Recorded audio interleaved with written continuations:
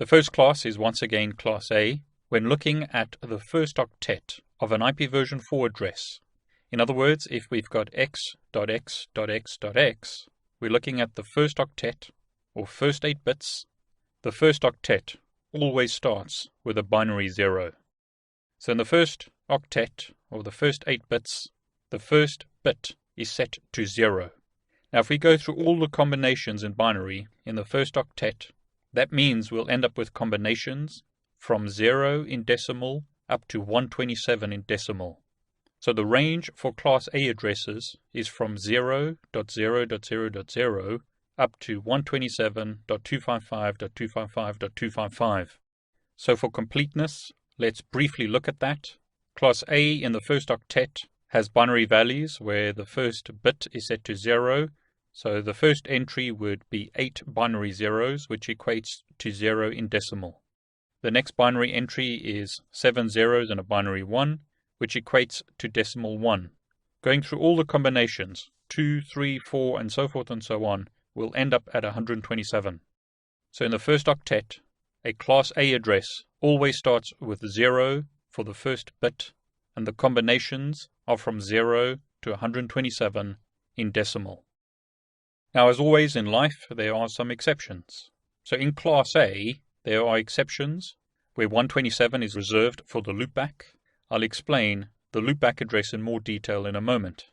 You cannot, as an example, configure an IP address of 127.0.0.1 on a PC. That is not an address that's available for you to configure manually as a static address on a PC, for example. 0 is reserved for the default network, so that can't be used either to configure an IP address on a PC. So you couldn't give your PC an IP address of 0.1.1.1. So the actual range for class A addresses is the range 1.0.0.0, going through all the combinations up to 126.255.255.255. So in the first octet, the values are from 1 to 126 for class A addresses.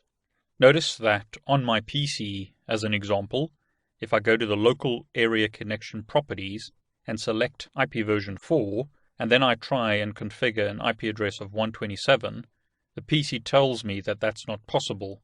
IP addresses starting with 127 are not valid because they are reserved for loopback addresses. We need to specify an IP address in the range 1 to 223. In the same way, if we try and configure an IP address of 0, Windows in this example tells us that that IP address is not valid, and we need to specify a value between 1 and 223.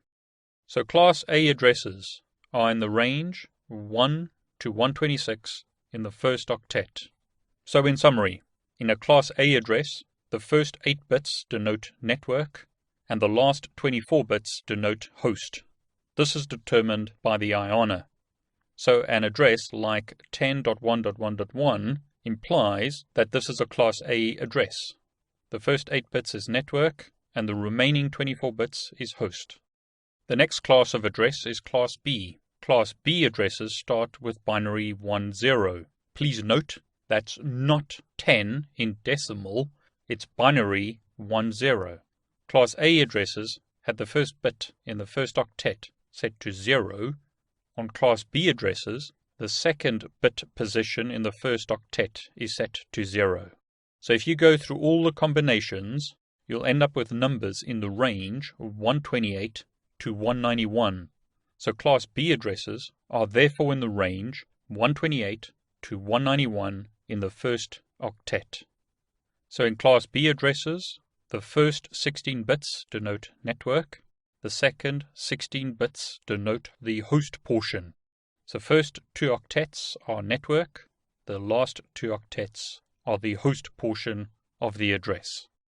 So for example, 172.16.1.1, the 172 in the first octet tells us that this is a class B address because it's in the range 128 to 191. So 172.16 is the network portion, 1.1 is the host portion of this address. And we know that because this is a class B address. Class C addresses start with binary 110. So once again, this is not 110 in decimal, but 110 in binary. The 0 in this case is in the third bit position in the first octet. So Class A had 0 in the first bit position, Class B in the second, and now Class C has the 0 in the third bit position. Going through the combinations in the first octet will give us a range of 192 to 223. So this is the range of Class C addresses. In Class C addresses, the first 24 bits is network. The last 8 bits is host. So for an address of 192.168.1.1, we know that this is a Class C address because the first octet is in the range 192 to 223. So we have a Class C address, which means that the first 24 bits is network, and the last 8 bits or octet is the host portion of the address. So in other words, just by looking at an address, you'll now be able to determine if it's Class A, Class B, and Class C based on the ranges we've now discussed. You'll also be able to know which portion is network and which portion is host. But be careful, as mentioned, these classes have been superseded by CIDR or CIDR. Now, Class D addresses are different to Class A, B, and C. Class A, B, and C are used for unicast traffic. Class D addresses are used for multicast traffic. Now, with multicast addresses, in the first octet, the 0 is in the fourth bit position. So in these addresses, the first 3 binary bits are set to 1, followed by a binary 0. Going through all the combinations, the range is from 224 to 239 in the first octet.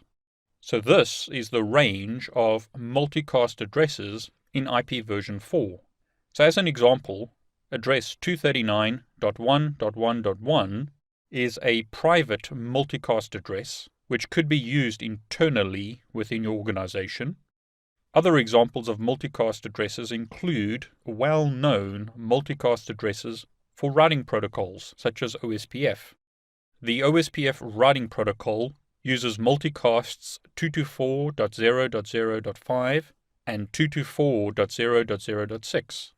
These multicasts in the 224 range are known as link local multicasts, as these multicasts do not propagate off the local link or local segment.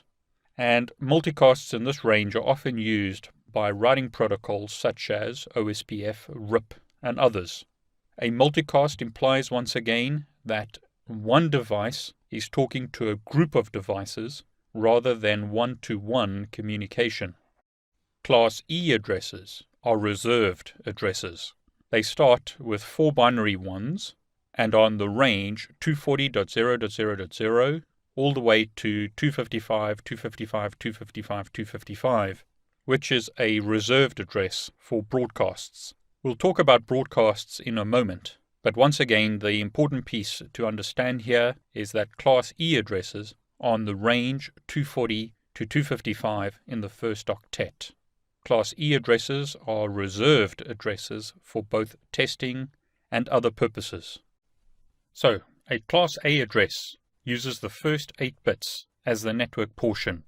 So in a pure Class A address, the first 8 bits are network. So in this example, we've got network 10.0.0.0. So that's the network address.